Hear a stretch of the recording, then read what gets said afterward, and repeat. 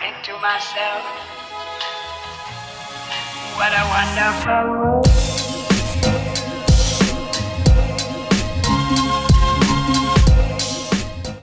Halo semuanya, selamat datang kembali di Story Film. Kali ini kita akan kembali melanjutkan film Jeepers Creepers. Di film yang ketiga ini timelinenya agak berbeda. Bukan ngelanjutin film yang kedua, melainkan timeline kejadiannya bersamaan dengan film yang pertama dan sebelum film yang kedua. Bagi kalian yang mau nonton film Jeepers Creepers yang sebelumnya, bisa cek di deskripsi. Film ini akan berfokus pada aksi balas dendam yang dilakukan oleh keluarga dari korban The Creepers, dan apakah mereka akan berhasil membalaskan dendam kematian keluarganya. Daripada kalian makin penasaran, mending kita langsung aja masuk ke alur filmnya. Enjoy the video.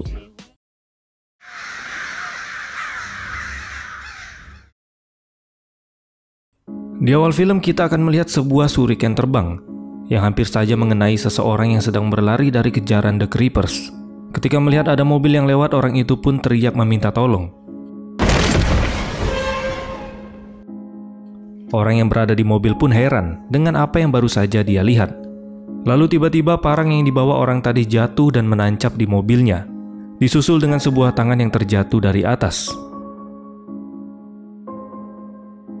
23 tahun kemudian terlihat para polisi sedang menggeledah mobil box milik The Creepers yang sedang terparkir di depan kantor sheriff. Dan kejadian ini timelinenya sama dengan di film pertama. Lebih tepatnya setelah The Creepers menculik Derry dari kantor sheriff.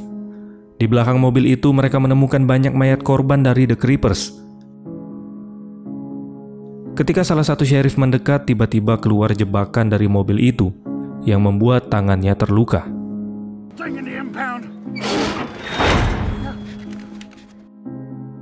Tidak lama kemudian datang seorang sheriff bernama Danny bersama timnya.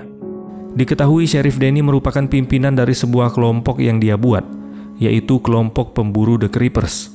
Dan para anggotanya merupakan keluarga dari korban yang dibunuh oleh The Creepers. Sheriff Danny pun bertanya kepada Sersan Davis, berapa jumlah korban pada malam ini? Sersan Davis menjawab ada 3 petugas dan 1 tahanan yang tewas di dalam penjara. Dan ada 1 pemuda yang diculik oleh The Creepers, yaitu si Derry. Lalu tiba-tiba mobil box milik The Creepers kembali mengeluarkan jebakan berupa tombak yang hampir saja mengenai Sheriff Danny. Mereka pun melihat lokasi tempat The Creepers menculik Derry. Lalu tidak lama kemudian Sheriff Danny mendapat info kalau mobil box milik The Creepers telah diangkut oleh para sheriff untuk disimpan ke gudang penyitaan. Di sini Sheriff Danny mengerahkan seluruh timnya untuk mengejar mobil derek tersebut, karena The Creepers tidak akan membiarkan siapapun membawa mobilnya. Dan benar saja, di dalam perjalanan The Creepers muncul untuk kembali mengambil mobil tersebut.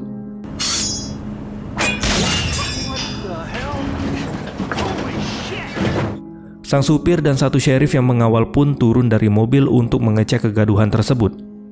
Dan terlihat The Creepers sudah berdiri di atas mobilnya. Seperti yang kita ketahui, The Creepers bisa mencium aroma ketakutan dari seseorang, dan ketakutan itu adalah makanan terenak bagi The Creepers. Lalu tidak lama kemudian The Creepers kembali karena dia mencium aroma ketakutan dari si sopir. Alhasil supir itu pun dibawa oleh The Creepers.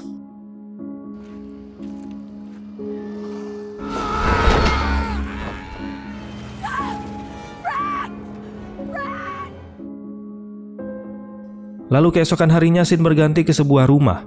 Di sini kita diperlihatkan dengan seorang wanita tua bernama Galen. Dari arah kejauhan, Galen melihat anaknya datang ke sana. Anak dari Galen ini bernama Kenny. Dan si Kenny merupakan korban dari The Creepers 23 tahun yang lalu. Itu artinya dia sudah meninggal. Arwah Kenny kembali datang untuk memberitahu ibunya kalau The Creepers telah kembali. Tidak lama lagi dia akan ke tempat ini untuk mengambil bagian tubuhnya yang tertinggal.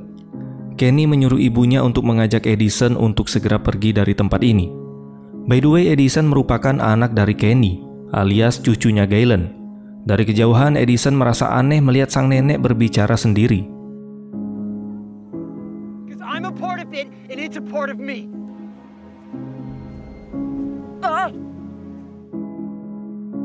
Lalu scene beralih ke kantor sheriff. Di sini Sheriff Danny ingin mengajak Sersan Davis untuk menjadi anggota dari tim pemburu The Creepers. Dia mengajak Sersan Davis karena dia ingin salah satu dari timnya ada sheriff sungguhan, yang setidaknya mengerti strategi dan ahli dalam menembak. Karena yang seperti kita tahu, anggota tim pemburu The Creepers ini terdiri dari keluarga korban, yang kerjaannya macam-macam. Ada petani, penjaga toko, dan lain-lain, yang tidak memiliki skill dalam berperang. Namun Davis menolak karena dia tidak berani melawan makhluk tersebut. Di sini Danny terus meyakinkan Davis kalau dia pasti cocok bergabung dengan tim ini. Tidak lama kemudian salah satu anggota tim datang sambil membawa senjata rancangannya. Anggota ini bernama Michael. Dia mengklaim kalau senjata ini bisa menembakkan 6.000 peluru per menitnya dan sangat cocok untuk melawan makhluk seperti The Creepers. Terlihat Michael penuh dengan amarah karena dia ingin sekali membalaskan dendam kematian ayahnya yang dibunuh oleh The Creepers. Lalu scene berganti ke sekelompok anak muda yang sedang motor-motoran. Namun pada saat di jalan, perhatian mereka teralihkan oleh mobil box tua yang terparkir di sana. Mereka yang penasaran pun mendekati mobil itu. Namun mereka tidak tahu kalau mobil itu milik The Creepers. Mereka menghina bahkan buang air kecil di bumper depan mobil itu.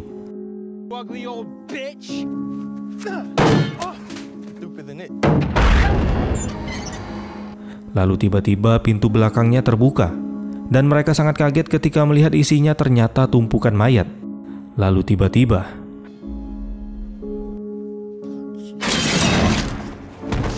mereka pun lari kocar-kacir meninggalkan mobil itu.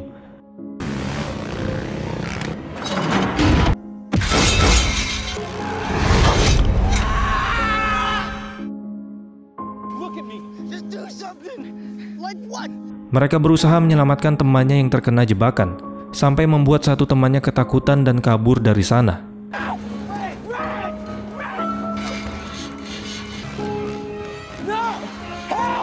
Tidak lama kemudian The Creepers muncul sambil membawa korban buruannya. Karena ketakutan, dua orang ini pun ikut kabur meninggalkan temannya yang terjebak. Namun tentu saja The Creepers tidak akan melepaskan korbannya begitu aja. Dia pun melemparkan tombak yang membuat dua orang itu menjadi sate manusia. Lalu scene beralih ke Edison yang ingin mengambil makanan untuk kudanya. Kebetulan usaha tersebut milik ayah dari teman Edison yang bernama Buddy, dan diketahui Buddy ini naksir sama Edison. Setelah mengecek ke dalam, ternyata peternakan milik Eddie tidak termasuk ke dalam pemuatan barang, dikarenakan neneknya sudah tidak punya uang dan tidak membayar upah bulan ini. Karena malu, Edison pun langsung pergi dari sana. Kemudian Buddy menemui ayahnya. Di sini dia membujuk ayahnya agar mau memberi hutang kepada Edison. Alasannya sih dia kasihan melihat kuda milik Edison yang sudah tidak memiliki makanan.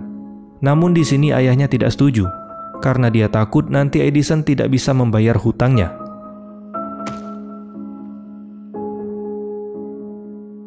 Karena hal itu, Buddy pun menyusul Edison, dan secara diam-diam ternyata Buddy membawa beberapa jerami untuk diberikan kepada Edison.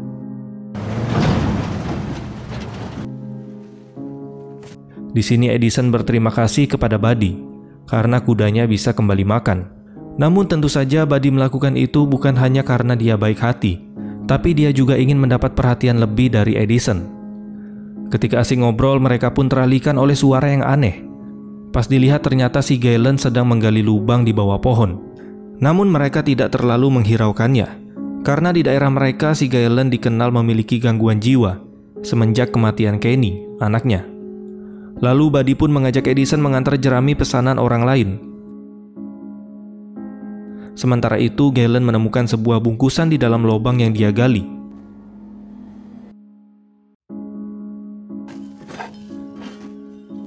Pas dibuka ternyata isinya potongan tangan dari The Creepers, dan terlihat tangan itu masih bergerak. Lalu tiba-tiba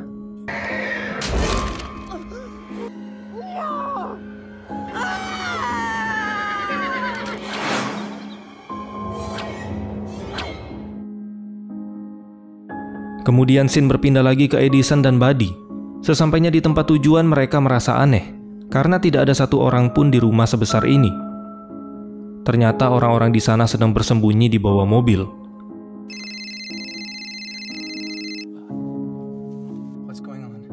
Bapak tua ini menyuruh Buddy untuk segera memanggil sheriff karena ada sesuatu yang berbahaya di sekitar sini. Who are you hiding from? Lalu tiba-tiba The Creepers muncul di belakang mereka. The Creepers mengendus aroma mereka satu persatu, dan dia tertarik kepada Edison karena Edison memiliki rasa takut yang lebih besar dibanding Buddy.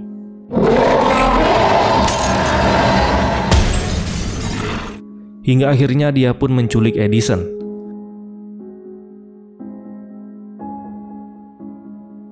Di sisi lain, Sheriff Danny bersama Sersan Davis mengunjungi rumah Galen untuk memberitahu kalau The Creepers telah muncul kembali.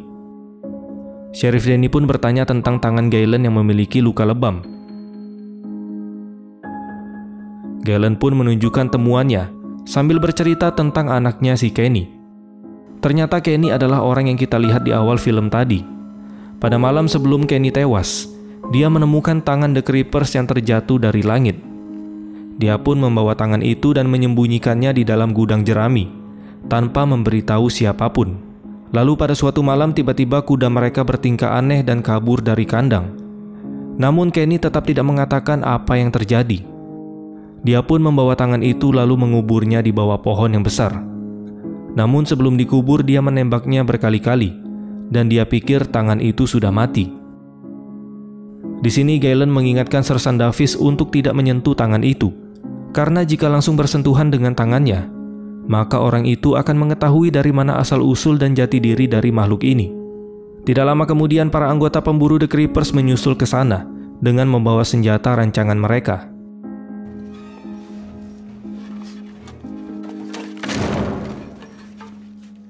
Di sini Sheriff Danny juga ingin memegang tangan itu agar dia tahu asal-usul dan rahasia dari makhluk ini. Danny juga berharap dengan menyentuh tangan itu dia bisa mengetahui bagaimana cara membunuh The Creepers. Galen pun menyuruh anggota yang lain untuk berdiri di belakang Danny sambil memegang tubuhnya. Siapa tahu apa yang nanti Danny lihat mereka juga bisa melihatnya.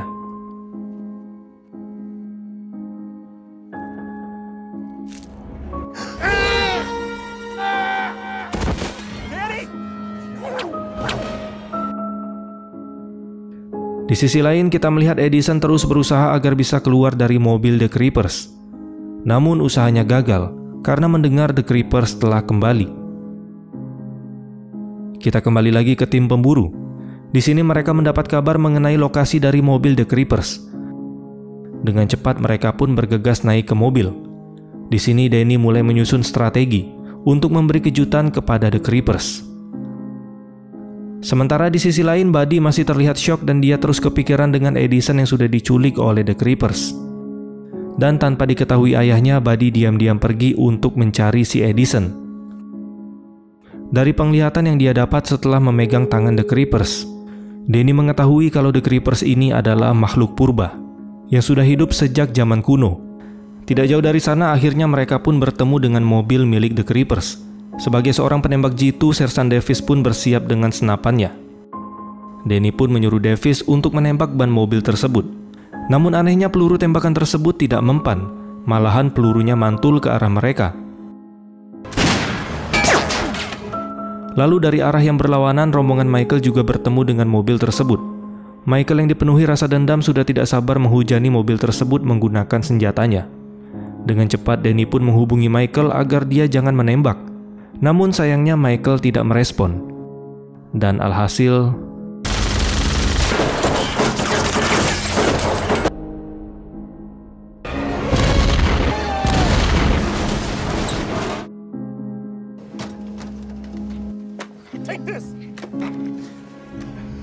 lalu terlihat The Creepers menghampiri mereka. Sersan Davis pun kembali bersiap menggunakan shotgun tidak berskin. Di sini Danny menyuruh Sersan Davis untuk menahan rasa takutnya, sementara dia akan menyelinap ke mobil senjata milik Michael.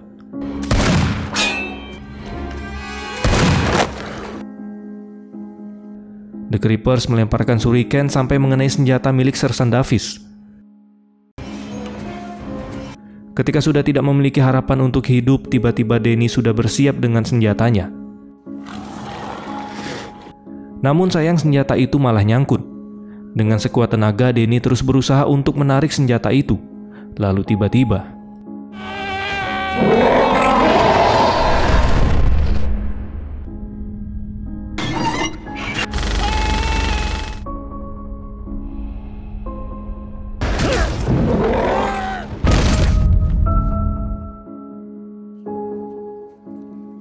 The Creepers terlihat baik-baik saja, sementara Sheriff Danny tewas di tangannya. Sersan Davis yang melihat hal itu memilih untuk pergi. Karena diberondong peluru segede pisang Ambon aja dia masih selamat, apalagi cuma pakai pistol yang dia pegang. Singkat cerita, pada malam harinya terlihat Galen duduk di depan gudang jerami sambil memegang senjata. Di sini dia sudah bersiap untuk menyambut kedatangan The Creepers. Lalu tidak lama kemudian ada mobil yang mendekat ke arahnya. Dan ternyata itu adalah si Buddy. Sementara Edison masih berada di dalam mobil The Creepers. Di sini akhirnya The Creepers menyadari kalau si Edison masih hidup. Dia pun mengambil senjatanya untuk membunuh Edison. Namun The Creepers malah terkena jebakannya sendiri. Kesempatan itu pun digunakan Edison untuk segera kabur dari sana. Hingga sesampainya di tengah jalan, tiba-tiba The Creepers tidak sengaja tertabrak truk yang sedang lewat. Ketika supir itu ingin menelpon sheriff untuk meminta bantuan, dia malah menjadi santapan bagi The Creepers. Setelah itu The Creepers menuju ke rumah Galen untuk mengambil bagian tubuhnya yang sudah dikubur oleh Kenny. Namun sesampainya di sana dia malah menemukan tulisan, "Kami sudah tahu siapa kamu sebenarnya." Dan tangannya sudah terpaku di sana. Melihat hal itu, The Creepers menjadi sangat marah.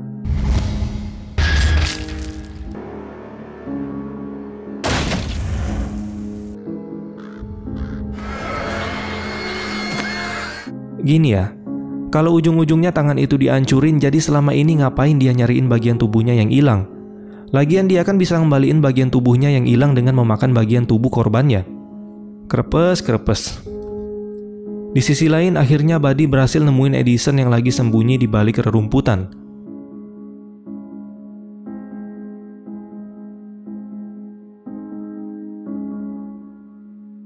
Singkat cerita, beberapa hari kemudian terlihat Buddy kembali mengunjungi rumah Edison. Kelihatannya sekarang mereka sudah jadian.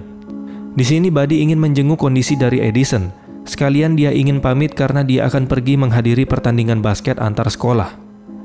Dan ternyata, Buddy merupakan salah satu dari anggota tim basket yang menjadi korban penyerangan The Creepers di film yang kedua.